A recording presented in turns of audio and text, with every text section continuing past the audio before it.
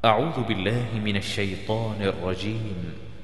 بسم الله الرحمن الرحيم.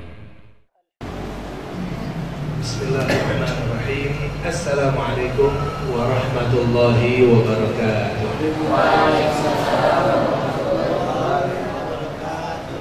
الحمد لله رب العالمين.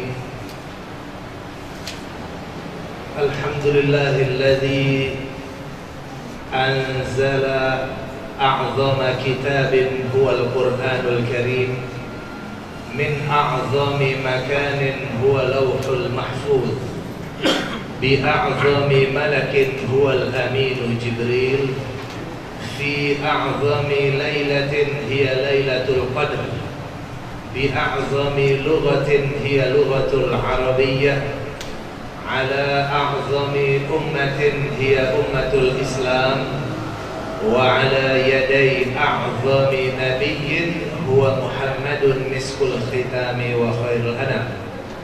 اللهم صل وسلم وبارك على حبيبنا محمد شافع الأنام وعلى آله وأصحابه ومن تبعه إلى يوم الدين. أشهد أن لا إله إلا الله وحده لا شريك له وأشهد أن سيدنا محمدا عبده ورسوله لا نبي بعده.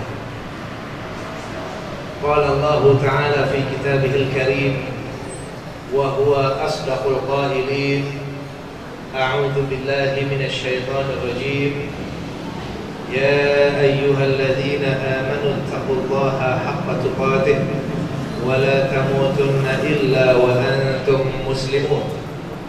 وقال نبينا محمد صلى الله عليه وسلم أو كما قال النبي صلى الله عليه وسلم: اتقوا الظلم فإن الظلم ظلمات يوم القيامة. صدق الله العظيم وصدق حبيبه نبينا الكريم ونحن على ذلك من الشاهدين والحمد لله رب العالمين. أما بعد. Ahibbail kiram yang saya hormati dan yang saya muliakan, segenap para alim ulama, para asatidzah, para ustadz, para ustadzah, para tuan-tuan guru yang tanpa mengurangi rasa hormat serta cinta kami kepada mereka semua, dan kami sebutkan namanya satu persatu, betul-betul tidak mengurangi rasa hormat dan takbir kami. Cukup banyak yang hadir di tengah-tengah kita, Ustaz Riza beserta ustazah-ustazah yang membimbing tahfidz Al-Quran. Semoga Allah senantiasa memberkahi guru-guru kita semua, amin. Begitu pula salam penghormatan wabil khusus saya sampaikan kepada Akhin Al-Fadil Sahibul Bait Bapak Haji Abris Pulungan beserta Bu Endang dan seluruh keluarga, keluarga besar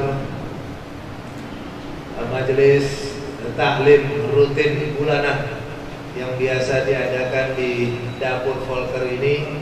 Semoga majelis ini senantiasa diberkahi oleh Allah Subhanahu wa taala, diberikan pengurusnya, diberikan keberkahan, dan juga khususnya usaha-usaha yang dilakukan untuk memakmurkan penyebaran ilmu, Allah Subhanahu wa taala tambah-tambah keberkahannya, amin ya rabbal alamin. Salam penghormatan juga saya sampaikan wabil khusus kepada thalabatul ilm, hufadzul Quran, para penghafal Al-Quran yang cukup bersemangat ya, dari waktu ke waktu saya sampaikan apresiasi dan semangat serta dorongan terus untuk menjadi khassatuh ahlul Quran wa khassatuh, ya, menjadi orang-orang khusus dari milik Allah Subhanahu wa taala, penjaga-penjaga Al-Qur'anul Karim. Semoga Allah berkahi antum semuanya, para penghafal Quran. Allah mudahkan segala jalannya, amin ya rabbal alamin. Begitu pula para bapak, para ibu, hadirin wa hadirat rahimakumullah. Kita pada kesempatan pada hari ini saya cukup pertama niatnya dari rumah emang benar-benar pengen dapat ilmu gitu, ya, pengen mendengarkan supaya kita bisa mendengar juga. Mobil khusus di sini ada ustadz-ustadz kita, tapi ini sebatas saya disuruh berbicara, sebatas ya ketaatan saya atas perintah daripada Ustadz Riza yang banyak mengatur daripada hafazatul Quran. Semoga Allah Subhanahu wa taala memberkahi ya Ustadz Riza dan juga para penghafal Quran yang lainnya. Fadhal. Pak, di kesempatan ini sedikit kita membahas kenapa para penghafal Quran itu disebut Ahlul Quran. Ahlul Quran dan orang-orang khusus daripada Allah Subhanahu wa taala, orang-orang pilihan Allah. Karena para penghafal Al-Quran itu sebetulnya dia adalah orang-orang yang menjaga agama ini, orang-orang yang menjaga hukum-hukum Allah Subhanahu wa ta'ala. Bayangkan kalau ternyata belakangan ini sangat kita lihat dampak yang begitu parah adanya gerakan-gerakan untuk yaitu merusak faham-faham Al-Quranul Karim. Untuk kita semua pedoman hidup bagi umat Islam. Bayangkan apa yang terjadi jadinya di waktu-waktu yang akan datang. Memang upaya-upaya untuk merusak makna-makna Al-Quran itu datang sudah begitu lama, tapi sifatnya masih kecil-kecil. Tapi belakangan ini menjadi arus gelombang yang begitu besar, dilakukan secara sistematis khusus untuk menohok Al-Quran secara langsung.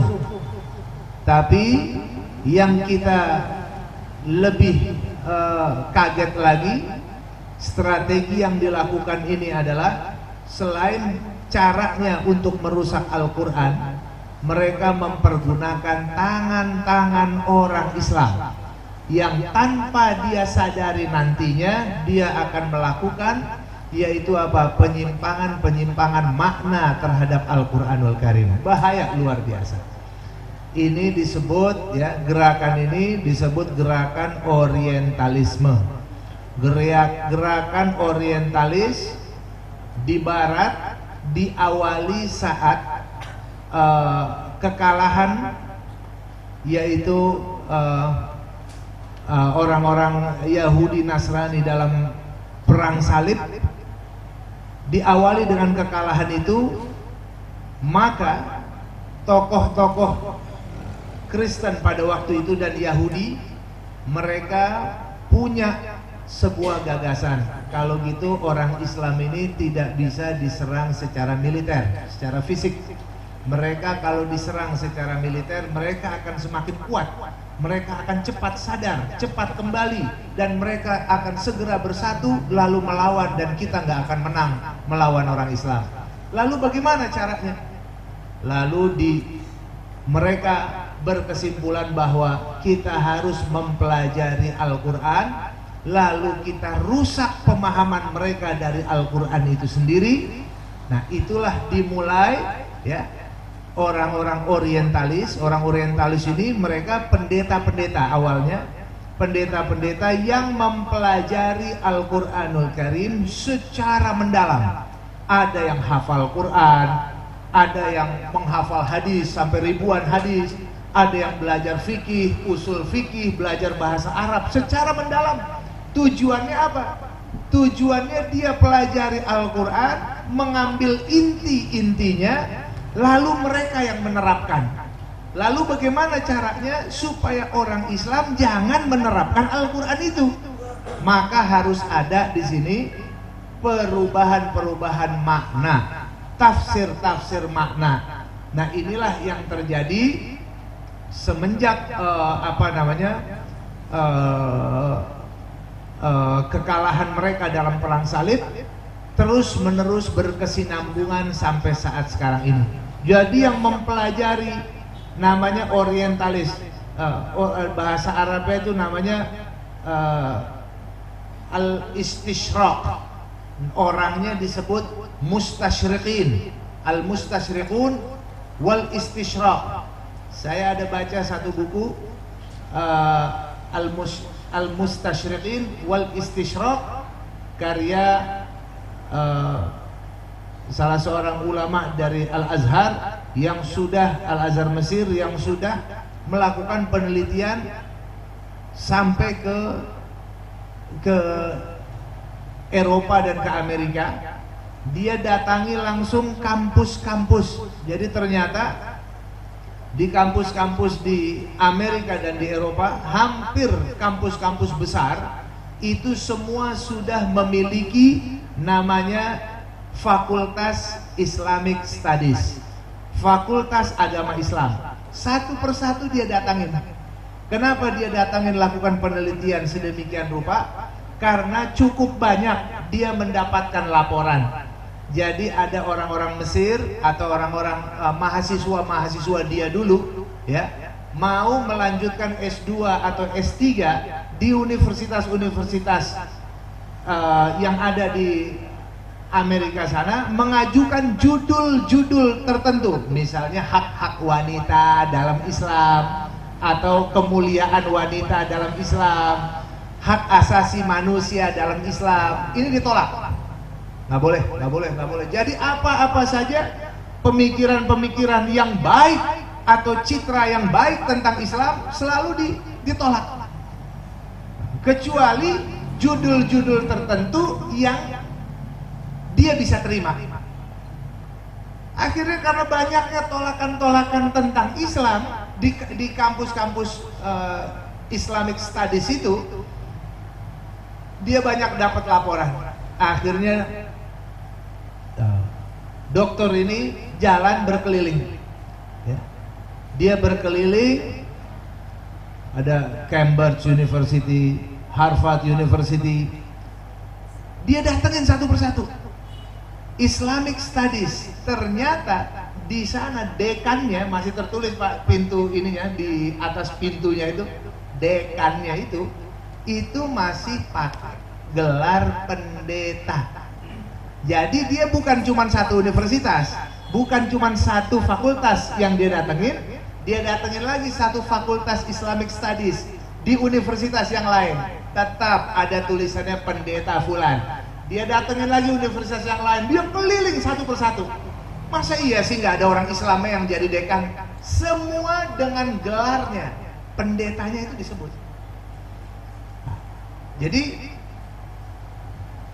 risalah turun-temurun untuk mempelajari Al-Quran dan mengajarkan Al-Quran versi orientalis itu fakta adanya. Kita nggak bisa pungkiri itu betul-betul ada. Nah, sekarang diawali dari tahun 60-an, adanya mahasiswa-mahasiswa dari Indonesia yang belajar di sana. Kemudian tahun 70-an dibuka, yaitu program pertukaran pelajar atau beasiswa-beasiswa. Lalu muncul lagi di tahun 80-an semakin gencar, sampai tahun 90-an semakin ramai dengan beasiswa. Di beasiswa cukup banyak sekali lembaga-lembaga donasi yang muncul di Indonesia untuk membawa orang-orang khusus yang dipilih dari pondok-pondok pesantren. Ahlan wa sahlan, kita ucapkan selamat datang Haji Atong nih, kawan kita. Kita lihat Bapak Ibu sekalian, tahun 90-an itu begitu marak lembaga-lembaga donasi mengambil dari pondok-pondok pesantren kita orang-orang terbaik, pilihan-pilihan paling pintar. Nah, kira-kira orang Indonesia bahkan dari aliyah-aliyah, anak-anak ustadz, anak-anak kiai yang pintar-pintar, cerdas-cerdas ditawarin, mau nggak sekolah ke luar negeri, mau nggak sekolah ke Amerika, ongkos dikasih, beasiswa full, makan gratis, buku gratis, asrama gratis, nanti ya setahun sekali boleh pulang saat liburan dan tiketnya juga dapat gratis. Nah, kira-kira kalau orang Indonesia ditawarin seperti itu, kira-kira mau apa enggak? Pasti mau. Wah, dengan senang hati. Yang lulus paling pinter berangkat. Nah, begitu berangkat ya, sekolah di sana, belajar, kuliah yang luar biasa, Bapak Ibu sekalian. Ternyata begitu mereka belajar di sana, tahun pertama yang diajarin oleh dosen-dosen di sana masih sama dengan yang Islam yang sebenarnya. Jadi dia nggak curiga, nggak ada kecurigaan dari mereka. Tahun kedua yang diajarin masih sama juga, masih menggunakan pendapat daripada ulama-ulama salaf dan pemikir-pemikir terkemuka dari kalangan Islam. Jadi orang-orang kita yang belajar ke sana semakin yakin dengan guru-gurunya yang guru-gurunya walaupun itu non-Islam, tapi dia yakin betul kalau ini adalah sebuah kebenaran. Tapi mulai masuk tahun ketiga, mulai masuk tahun keempat, lain lagi ceritanya. Ya, mulai di situ dimasukkan ya, cara-cara bagaimana orang mengelabui, supaya bagaimana biar berani kita ini membuat tafsir. Nggak usah ikutin lagi nih tafsir ulama-ulama terdahulu, nggak usah.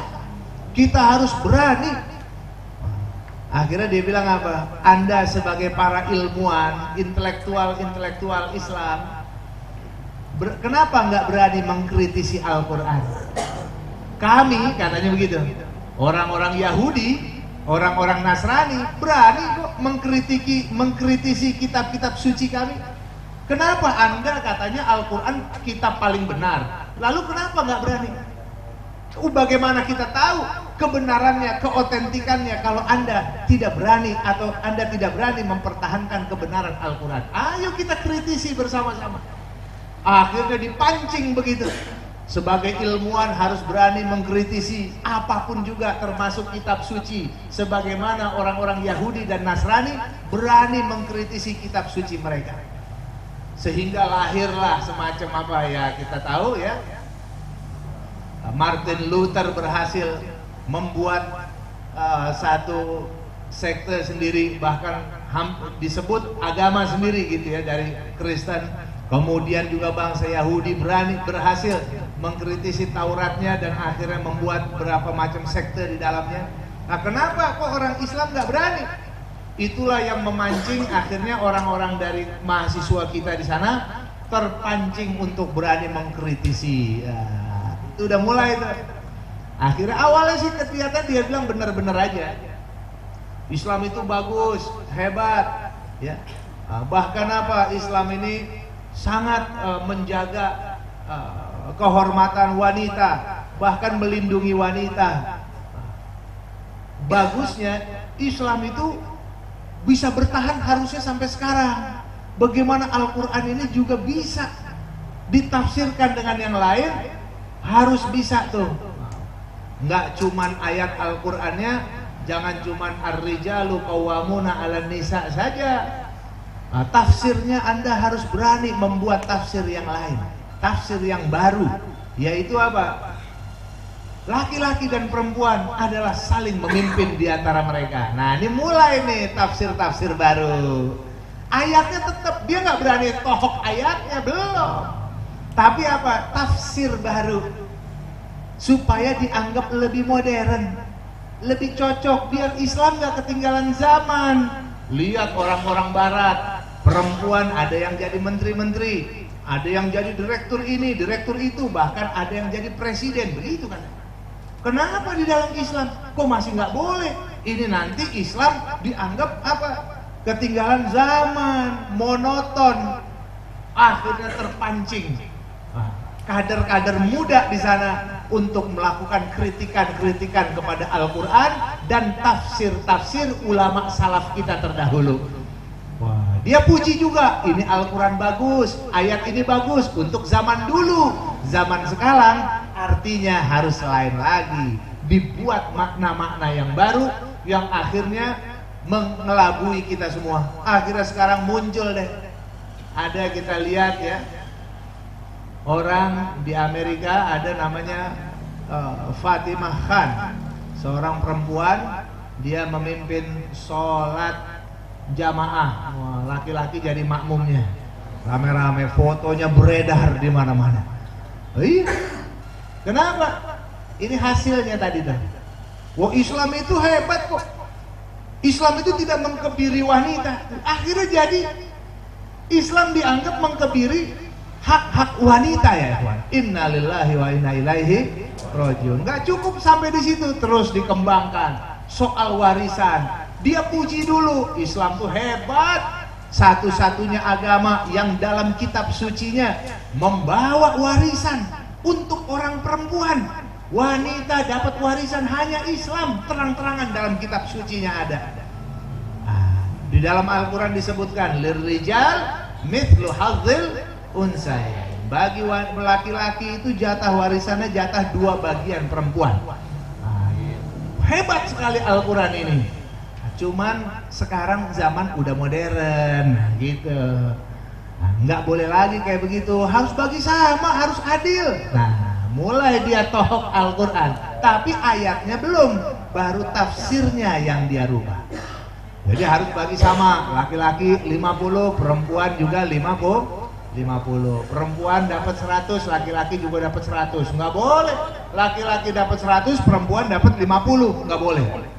Nah ini tafsir-tafsir saat sekarang ini. Jadi kalau Bapak Ibu lihat dalam kompilasi hukum Islam yang saat sekarang ini dibuat kritikannya oleh beberapa kalangan liberal di Indonesia, alumni-alumni dari Amerika, salah satunya memasukkan untuk apa? Menghapus hukum waris yang udah ditetapkan di hukum Indonesia, bahwasannya bagi laki-laki adalah 2 bagian, perempuan ini harus dihapus. Nah, ini yang buat salah seorang dokter dari Amerika bernama Profesor Musda Mulia, Siti Musda Mulia, peneliti di Departemen Agama. Nah, ini kita lihat lulusan Amerika tapi nggak tanggung-tanggung. Lalu belakangan dia munculkan lagi makna-makna yang lain. Ada soal nikah sejenis yang dihalalkan ya, di dalam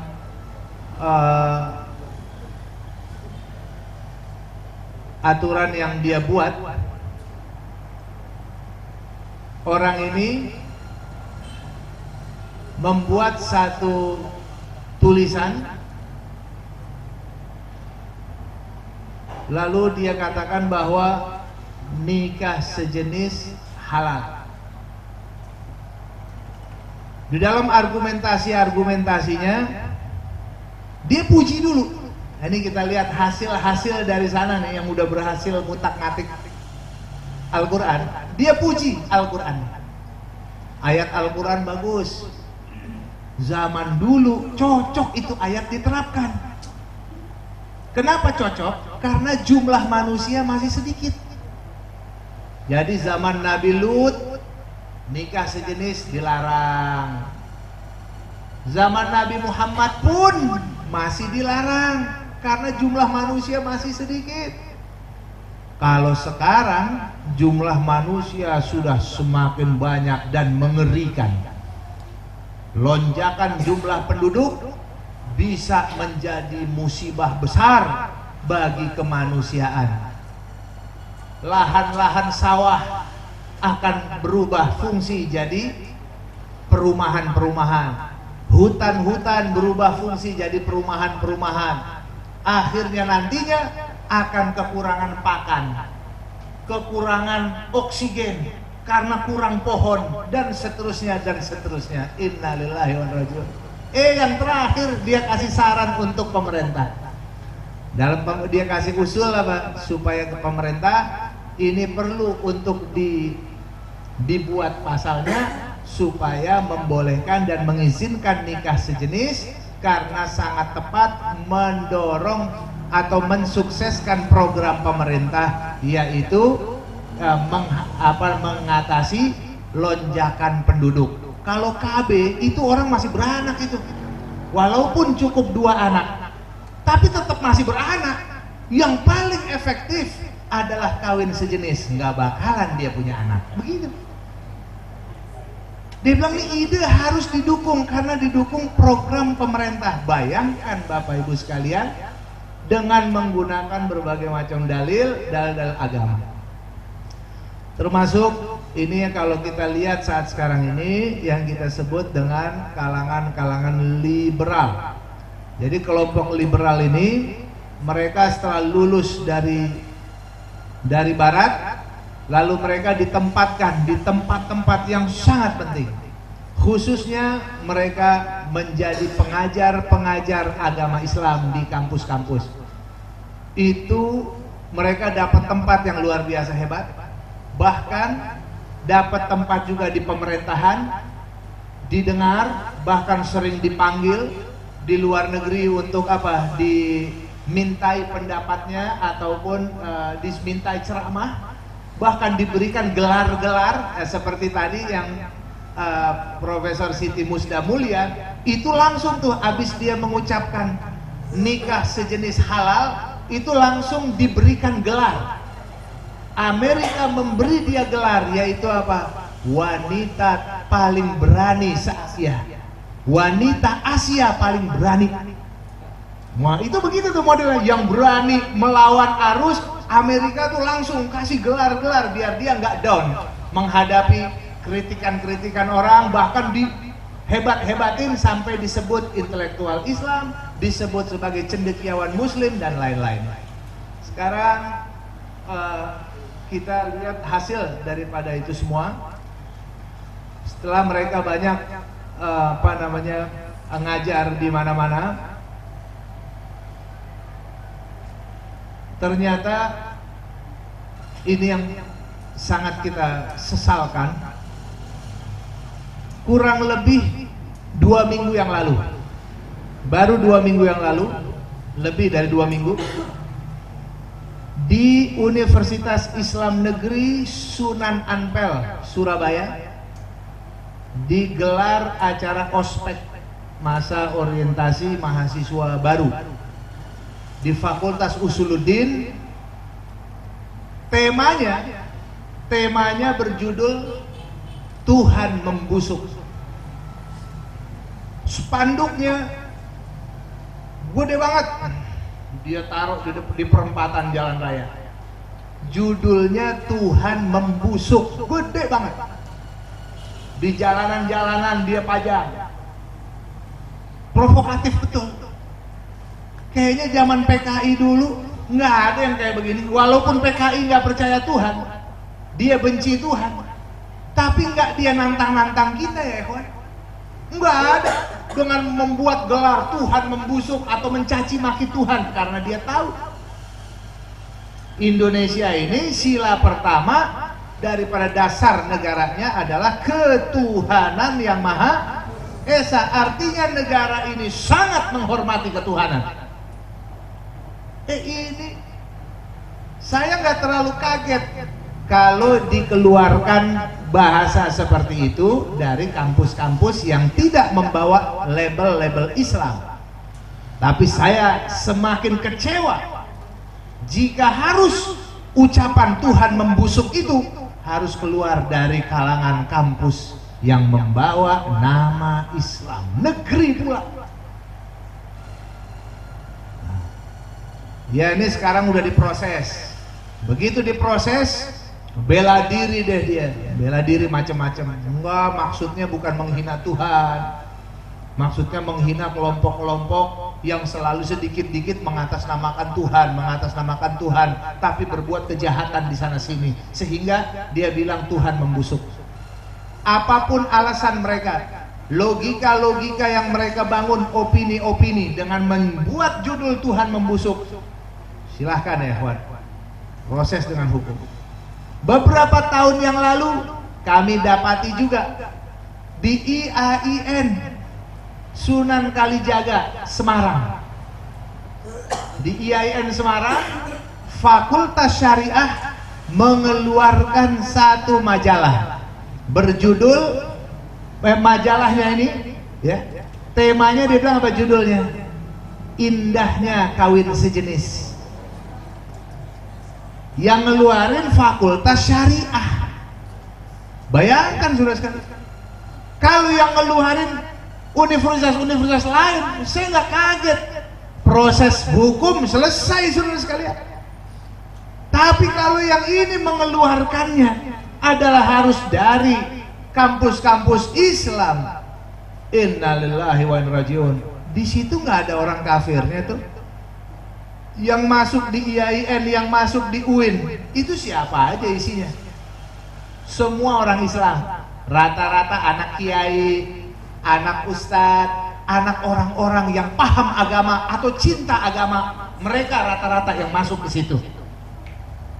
Nggak ada orang-orang non-Islam masuk ke situ, atau enggak orang saya nggak suka Islam lalu masuk universitas Islam, nggak ada. Itu dianggap kampus kampungan. Tapi hebatnya strategi mereka untuk merusak generasi kita ke depan.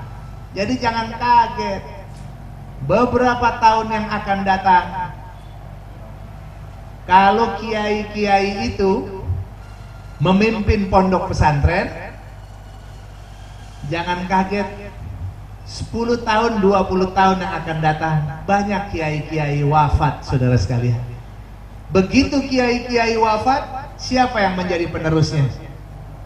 Pasti anak-anaknya. Anak-anaknya sudah jadi liberal. Ini yang kita lihat cara menghancurkan Islam dari dalam tempat Islam itu sendiri, sumber-sumber Islam. Dia masukin dari lini ilmu pengetahuan, pendidikan, bagaimana nanti pesantren hancur, bagaimana nanti kampus-kampus Islam. IAIN, UIN itu tempat kaderisasi ulama. Satu-satunya milik negara kita mengkader ulama. Ya mau nggak mau IAIN dan tempatnya di situ. Tapi luar biasa. Beberapa tahun 2005, Bapak Ibu sekalian, keluar satu buku, 2004, berjudul, ini di UIN Syarif Hidayatullah di Ciputat, kampung saya. Ini saya nih keluarga besar UIN di situ. Bapak saya guru besar di situ, dulu dosen di situ, ibu saya guru besar di situ, kakak saya sampai sekarang masih. Jadi kita nih anak-anak komplek IAIN, anak-anak Ciputat, lahir gede di situ. Sekarang ini cukup memberikan apa namanya? Jadi kita nih jadi risih. Keluar satu buku ditulis rame-rame. Buku itu berjudul Fikih Lintas Agama. Yang nulis rata-rata dosen-dosen IAIN. Termasuk rektor UIN sekarang, penulis buku juga di situ. Di dalam buku ini, tapi rata-rata semuanya alumni dari Amerika, alumni Eropa. Di dalam buku itu disebut bahwasannya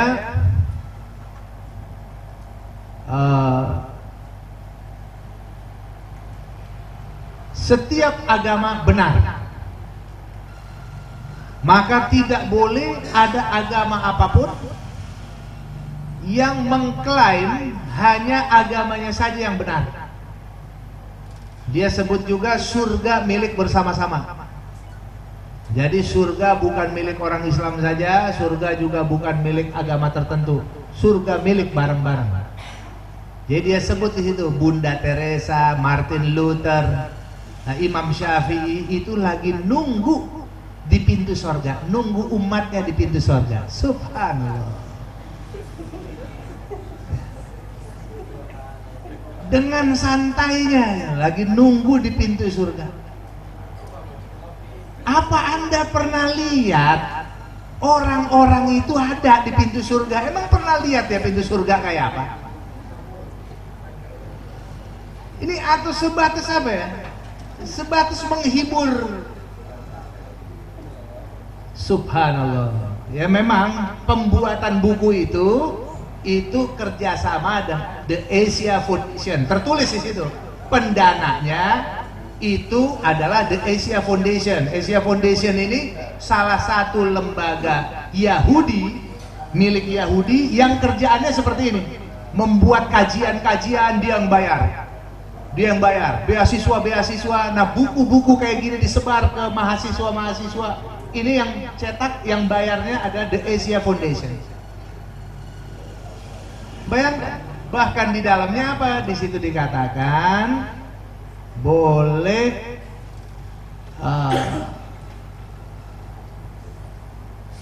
ikut Natalan. Ikut Natalan tuh boleh. Kemudian Natalan bersama ya. Apalagi dia bilang kalau orang kafir mengucapkan salam, kita wajib untuk menjawabnya karena nggak ada lagi sebutan kafir. Nggak ada lagi sebutan kafir. Pokoknya semua orang sama. Konsekuensinya nikah beda agama juga diperbolehkan. Ini yang sekarang lagi dibahas nih. Jadi anak-anak liberal, beberapa alumni Fakultas Hukum UI ini sudah mengajukan ya uji materi tentang undang-undang perkawinan yang ada pasalnya perkawinan dianggap sah jika agama yang dianutnya menyebutnya sah. Ini yang digugat, dia nggak mau. Karena seluruh agama mengatakan nikah beda agama enggak sah. Ini yang dia mau gugat. Sekarang masih dibahas di Mahkamah Konstitusi untuk merubah undang-undang itu karena dianggap undang-undang tersebut melanggar hak asasi manusia. Bayangkan ya, ikhwan. Ini dikit-dikit pakai HAM, dikit-dikit pakai HAM, akhirnya satu persatu rontok aturan-aturan hukum-hukum Islam di Indonesia satu persatu. Caranya begitu. Nah, sekarang kita bisa lihat juga bagaimana langkah-langkah kami dari Front Pembela Islam sudah menemui Menteri Agama. Waktu itu Pak Surya Dharma Ali khusus masalah ini. Jadi kami punya buku-buku liberal, kami kumpulkan ada segerobak. Ada lagi berjudul Lubang Hitam Agama, isinya nggak bisa disebut kayak apa. Luar biasa, sangat jorok. Sangat jorok.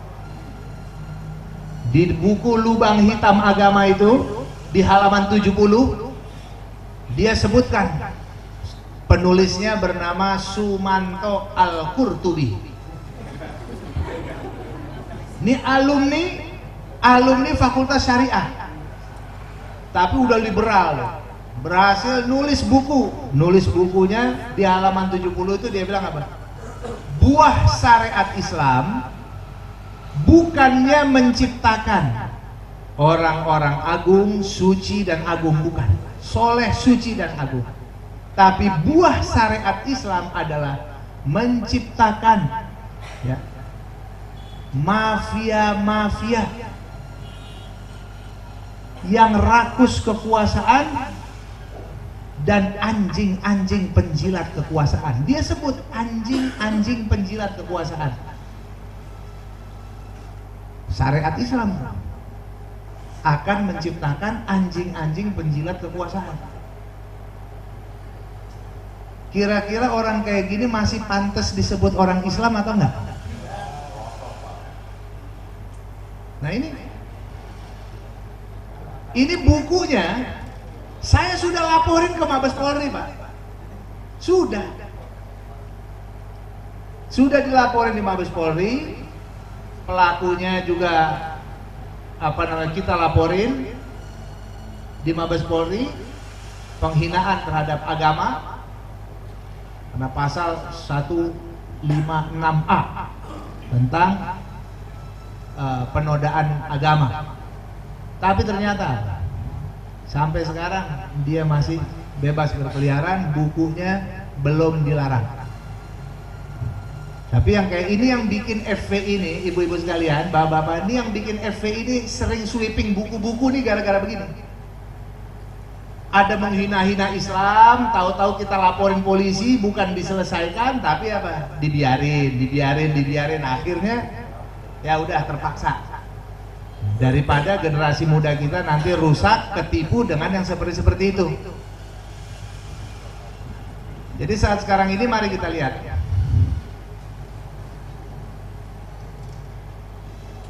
Kelompok ini dalam dialog kami dengan Menteri Agama pada waktu itu Pak Surya Dharma Ali,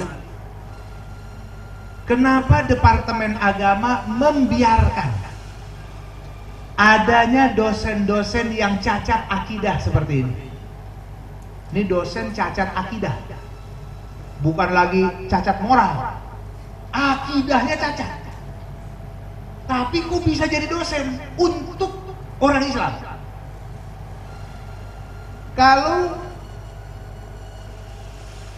untuk menjadikan pejabat-pejabat di kepolisian itu ada akademi apa namanya? Ya, ada PTIK, kemudian juga ada akademi kepolisian, Akpol. Itu dosen-dosennya itu harus orang-orang yang kredibel, yang nama baiknya ini emang ada gitu, karena dia akan mengangkat perwira-perwira, calon-calon pemimpin. Bagaimana mereka ini harus bisa mengkader calon-calon perwira yang kuat, kredibilitasnya harus tinggi. Itu dosen-dosennya begitu. Tapi yang luar biasa, Bapak Ibu sekalian, manakala kita lihat juga untuk menjadikan pejabat-pejabat di Indonesia ini ada namanya Lemhanas. Calon-calon pejabat semuanya harus sekolah di situ. 6 bulan sekolah di Lemhanas, luar biasa.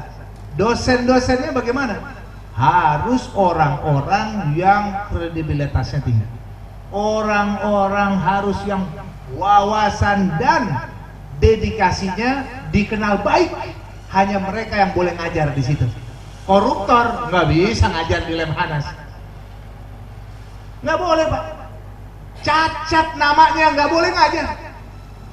Itu Lemhanas itu khusus tempat mengkader pejabat-pejabat, calon gubernur, calon eselon 1, eselon 2 ke situ dulu.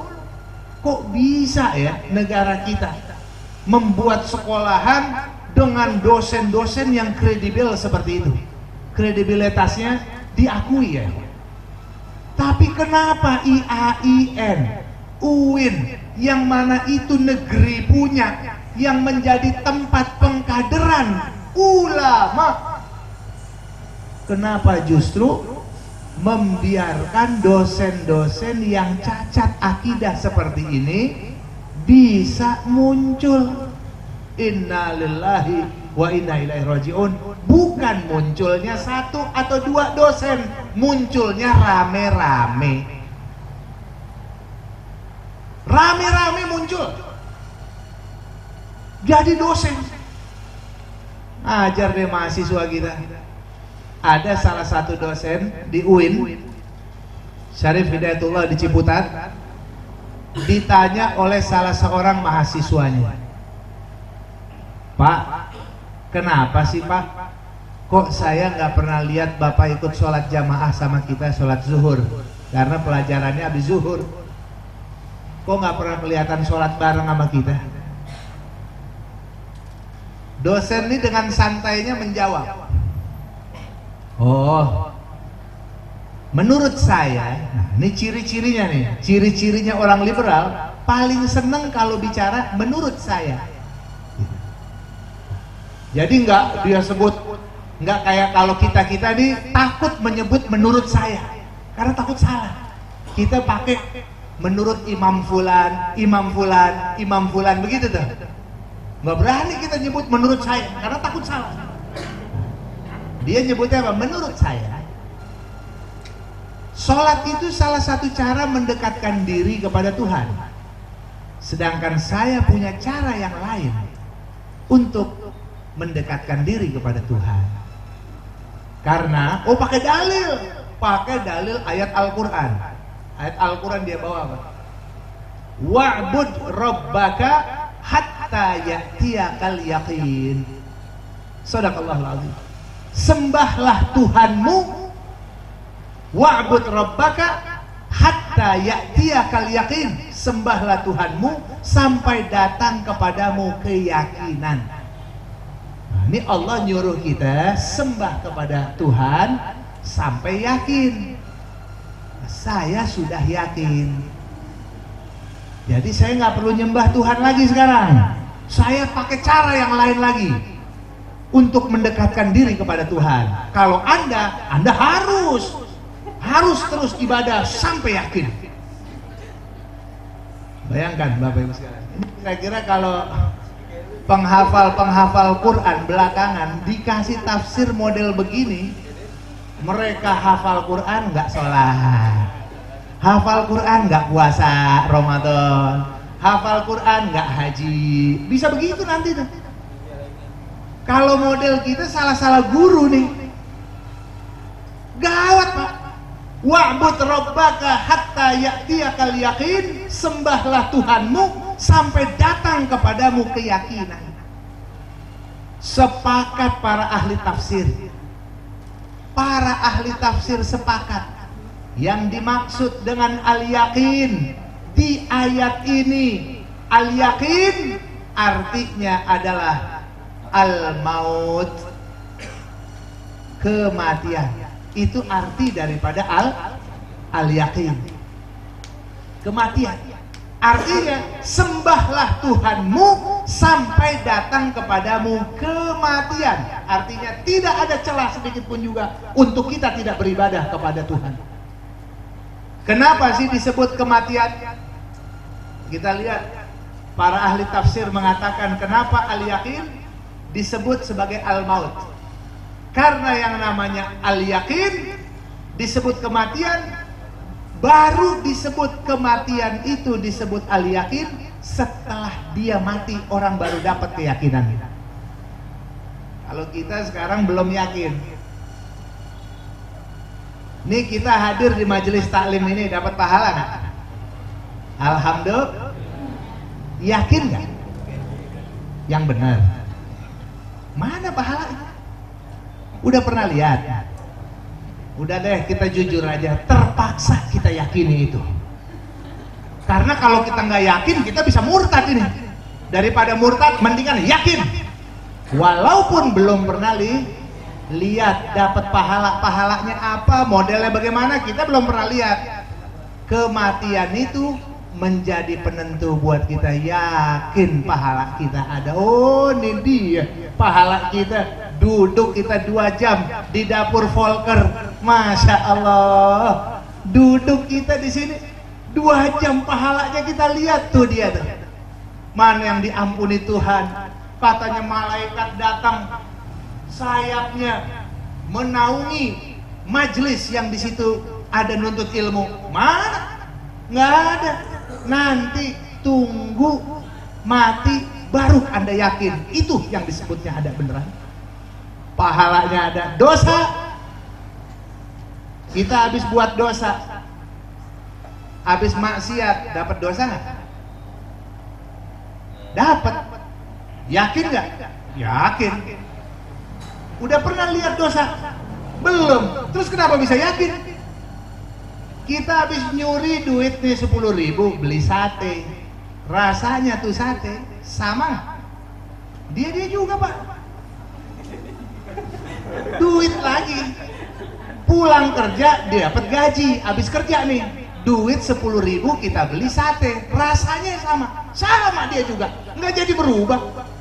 Terus dari mana dia tahu ini halal atau ini haram? Nanti udah mati baru jelas. Tuh namanya yakin tuh. Oh ini dia. Awas nanti di kuburan ada azab kubur. Yakin nggak? Udah pernah lihat? Pernah dengar? Nggak pernah juga.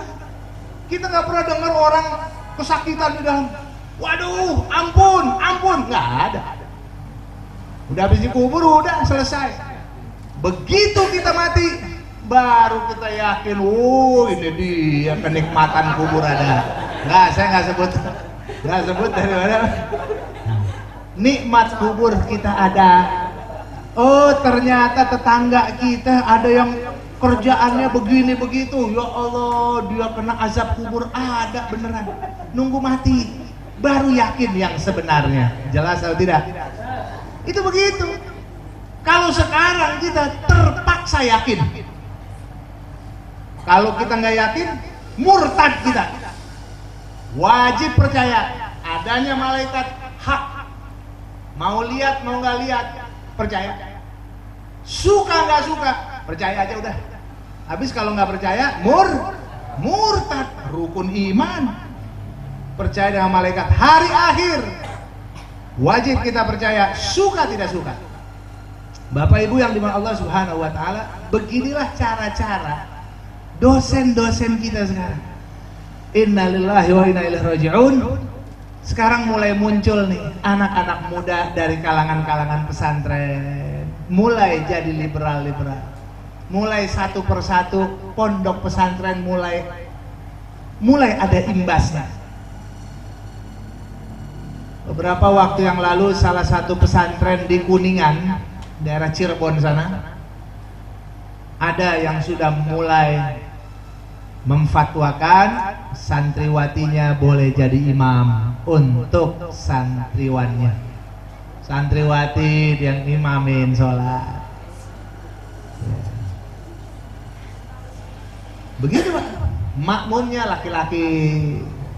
Tapi begitu diluruskan sama Majelis Ulama Indonesia, ya, daripada ditutup, akhirnya dia cepat-cepat taroju kembali lagi. Enggak, kita itu hanya oknum. Nah itu oknum yang begitu, kita udah lurus lagi, udah nilai kami kecolongan dan lain-lain. Sekarang ada lagi di Bogor, salah satu pesantren ada yang buat Natalan bersama. Dibuat Pak. Ada, bukan nggak ada gitu. Ada bikin barongsai di pesantren. Ini yang saya omongin semua ini fakta real adanya. Jadi tapi ya semoga saja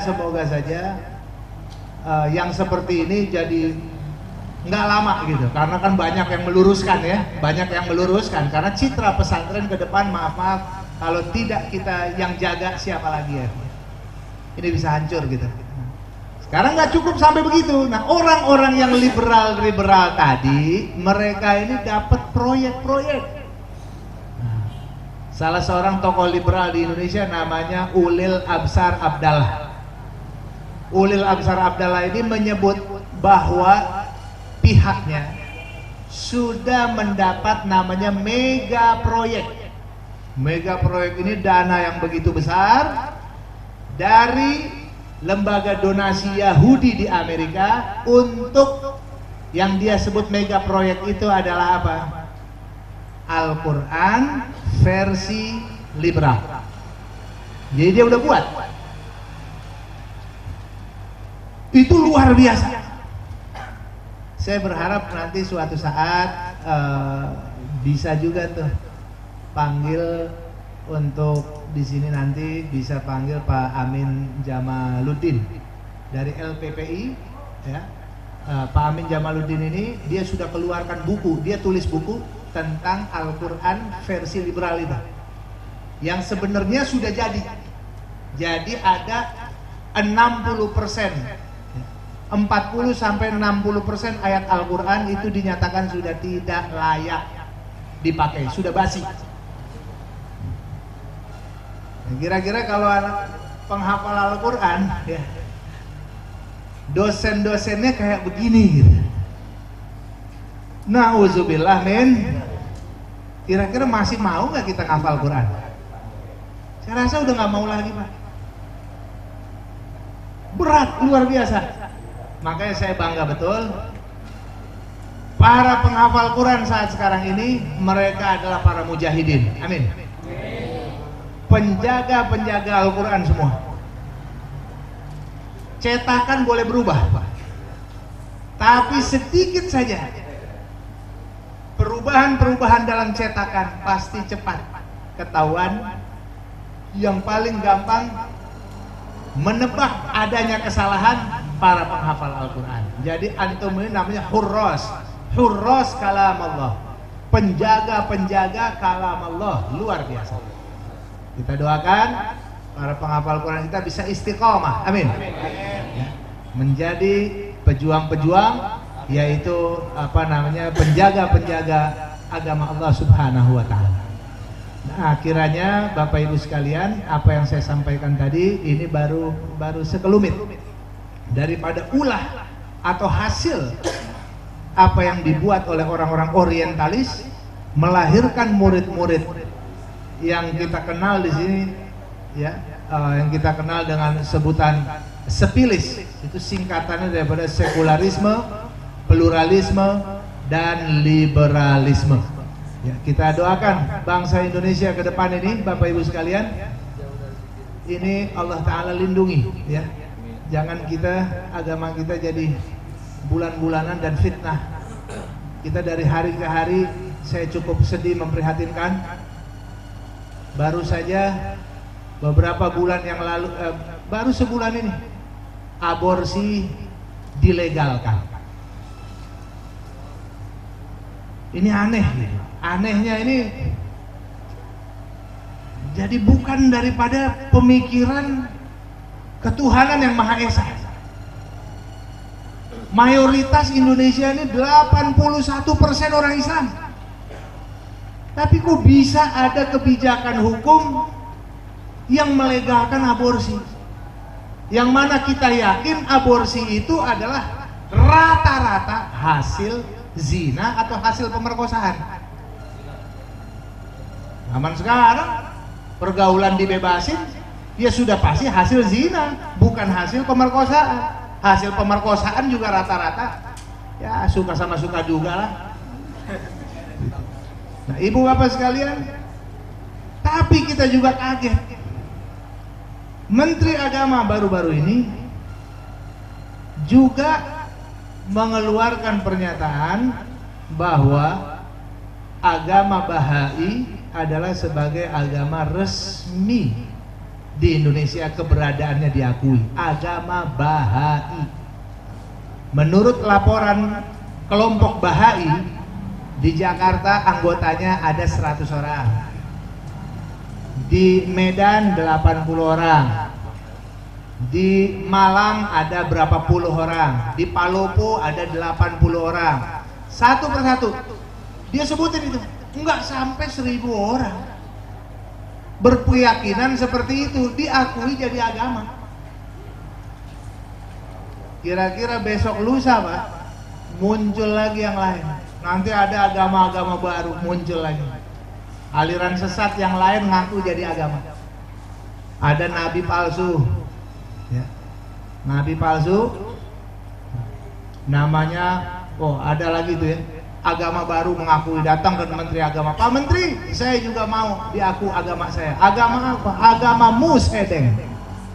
Aku jadi agama. Anggotanya berapa? Anggota saya 2000 orang. Tuh.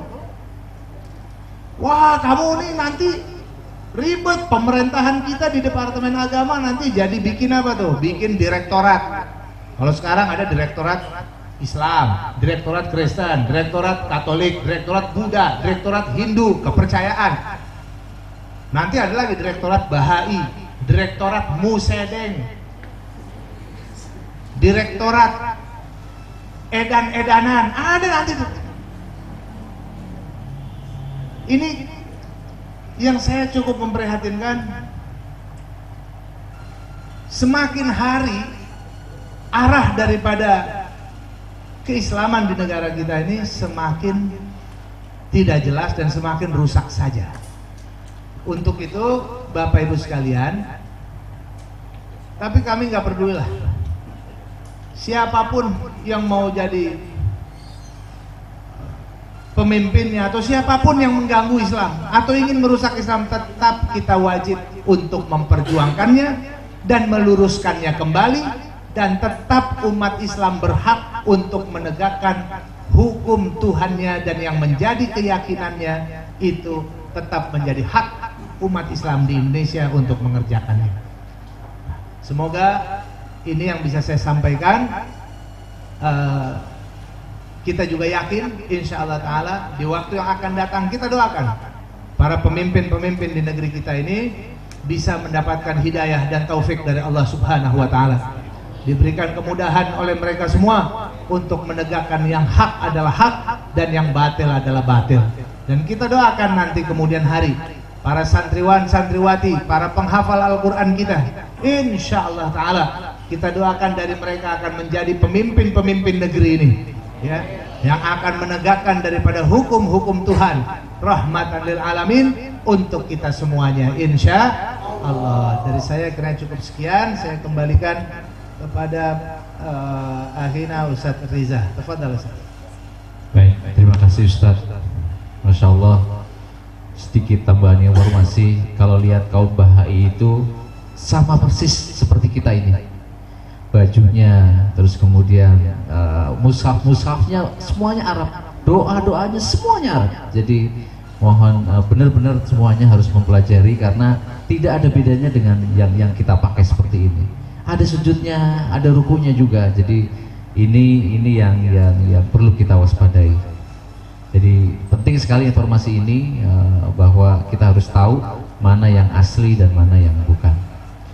Baik, jazakumullah khairan kasiran kepada akhina Al-Ustadz Al-Mukarram Kiai Haji Sobri Lubis yang telah memberikan kita insya Allah pemahaman tentang teman-teman kita yang perlu kita luruskan, yaitu para pegiat sipilis, sekularisme, pluralisme, dan liberalisme. Saya antusias dan respect sekali kepada kawan-kawan kita di FPI, yang mana Al-Ustadz menjadi salah satu pimpinan pusat. Semoga Allah selalu memberikan kekuatan, semoga Allah selalu memberikan kesehatan, dakwah amar ma'ruf nahi mungkar kawan-kawan kita di FPI selalu dimudahkan, dilancarkan oleh Allah. Hadirin rahimakumullah, juga telah hadir di tengah-tengah kita. Yang pertama ada 25 santri dan guru para penghafal Al-Quran, insya Allah mereka akan diwisuda 1 November nanti.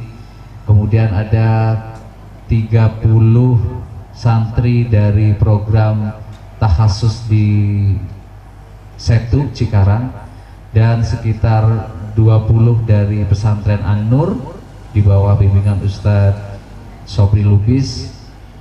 Jadi kita berharap dari majelis ini, dari aktivitas usaha Bapak Haji Amris beserta para pejuang yang luar biasa di sebelah sana, semoga amal baik, amal ibadah, amal soleh teman-teman mereka mulai hari ini dan seterusnya kita termasuk para penjaga wahyu. Jadi insya Allah buahnya tidak sekarang, buahnya insya Allah 5, 10, 20 tahun lagi selalu ada generasi penghafal Al-Quran. Jadi buat yang seperti saya ini yang belum hafal Al-Quran, insya Allah kita menjadi fasilitator, kita menjadi media bagi kurang lebih sekitar 70 orang para hafizah yang ada di ruangan ini. Insya Allah malaikat tidak akan salah mencatat. Insya Allah itu menjadi kebaikan kita semuanya dan wasilah kita untuk mendapatkan syafaat dan surganya nanti.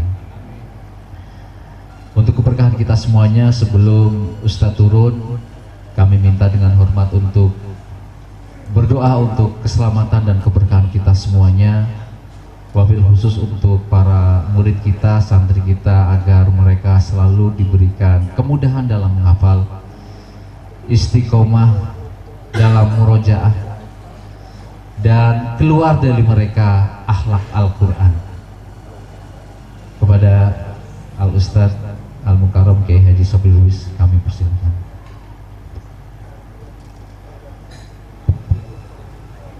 Bismillahirrahmanirrahim. Alhamdulillahi Rabbil Alamin, hamdan yuwafi ni'amahu wa yukafi'u mazidah. Ya Rabbana lakal hamd kama yanbaghi li jalali wajhika wa li 'azimi sultanik. Subhanaka la nuhsi thana'an 'alayka anta kama athnayta 'ala nafsik. Falakal hamdu hatta tarda, walakal hamdu idza radita, walakal hamdu ba'da ar-ridha. Allahumma salli wa sallim ala sayyidina Muhammadin fil awwalin, wa salli wa sallim ala sayyidina Muhammadin fil akhirin, wa fi kulli waqtin wa hin fil mala'il a'la ila yaumiddin, wa hatta tarithal arda man 'alayha wa anta khairul warithin. Allahumma inna nas'aluka tawfiqat ta'ah wa bu'dal ma'siyah wa sidqan niyyah wa irfanal hurmah wa akrimna bil huda wal istiqamah wa saddid alsinatana bis sawabi wal hikmah wa amla' qulubana bil ilmi wal ma'rifah wa tahhir butunana minal harami wash syubhah waqfuf aydiyana 'anil zulmi was sirqah waghdud absarana 'anil fujuri wal khiyanah wasdud asma'ana 'anil lagwi wal ghibah وتفضل على علمائنا بالزهد والنصيحة وعلى المتعلمين بالجهد والرغبة وعلى المستمعين بالاتباع والموعظة وعلى مرضى المسلمين بالشفاء والراحة وعلى موتاهم بالرأفة والرحمة وعلى مشايخنا بالوقار والسكينة وعلى الشباب بالإنابة والتوبة وعلى النساء بالحياء والعفة وعلى الأغنياء بالتواضع والسعة وعلى الفقراء بالصبر والقناعة وعلى الغزاة بالنصر والغلبة وعلى الأسراء بالخلاص والراحة وعلى الأمراء بالعدل والشفقة وعلى الرعية بالإنصاف وحسن السيرة.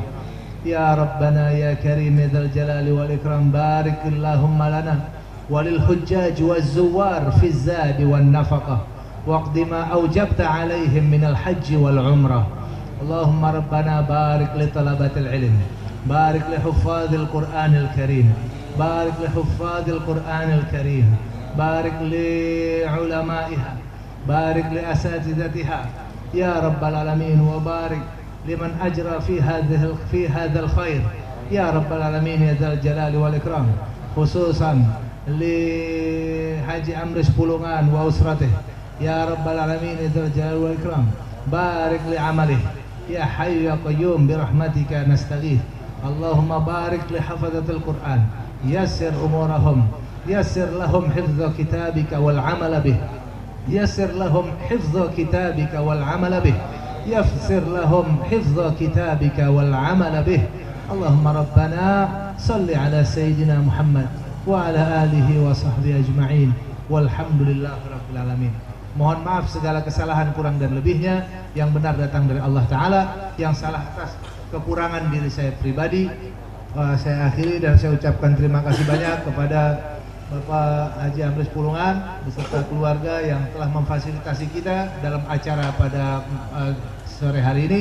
Semoga Allah Ta'ala berkahi beliau dan keluarganya, dan juga kita semuanya yang membantu Ustadz Riza dan teman-temannya, ustazah-ustazah dan juga Ustadz Urus yang senantiasa aktif dalam membina, membimbing hafazatul Quran. Allah berkahi mereka semua, amin ya rabbal. Assalamualaikum warahmatullahi wabarakatuh. Waalaikumsalam warahmatullahi wabarakatuh.